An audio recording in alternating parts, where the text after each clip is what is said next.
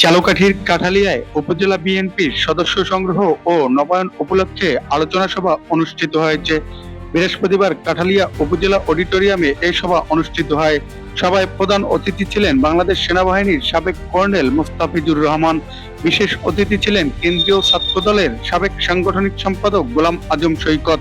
অনুষ্ঠানে সভাপতিত্ব করেন উপজেলা বিএনপির সাবেক সহসভাপতি মোহাম্মদ মিজানুর রহমান আকন।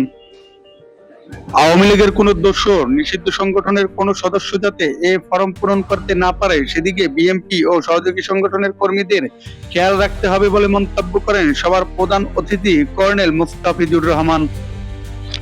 এছাড়াও অনুষ্ঠানে বক্তব্য রাখেন কাঠালিয়া উপজেলা বিএনপির সাবেক সিনিয়র সহসভাপতি জাকির হোসেন কিসলু শিকদার, সাবেক সহসভাপতি সচিব খায়রুল আলম খোকন, সাবেক সাংগঠনিক সম্পাদক ফজলুর রহমান, মালয়েশিয়ার স্বেচ্ছাসেবক দলের সিনিয়র সহসভাপতি গোলাম কবির, মহিলা দলের সাবেক সভানেত্রী নীলা পারভিন, যুব দলের সাবেক সাংগঠনিক সম্পাদক রেজাউল করিম, শ্রমিক দল কাঠালিয়া উপজেলার সাবেক সহসভাপতি নজরুল ইসলাম সহ আরো অনেকে।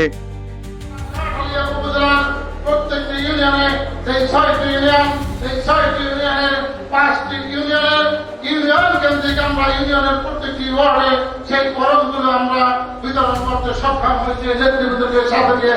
বন্ধুরা, তাহলে তারা একটি টাকারও কোনো দোষণ করেন নাই, কোনো একটি টাকা আপনি ব্যক্তিগত কাজে খরচ করেন নাই, বরং ২ কোটি টাকার জন্য যেটা বলা হচ্ছে সেটা অন্য একটা খাতে আছে, সেটা এখন ১০ কোটি টাকার উপরে হচ্ছে।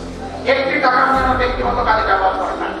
ব্যক্তিগত আক্রোশে ওনাকে ক্যান্টনমেন্টের বাড়িতে উৎখাত করা হয়েছিল। এটা কোনো কারণ ছিল না। একজন প্রেসিডেন্ট যাকে কোনো সম্পত্তি দেয়, কোনো বাড়ি দেয়, কোনো আমাদের দেশের কোনো প্রচলিত আইনে সেটা থেকে উৎখাত করার কোনো সুযোগ নাই।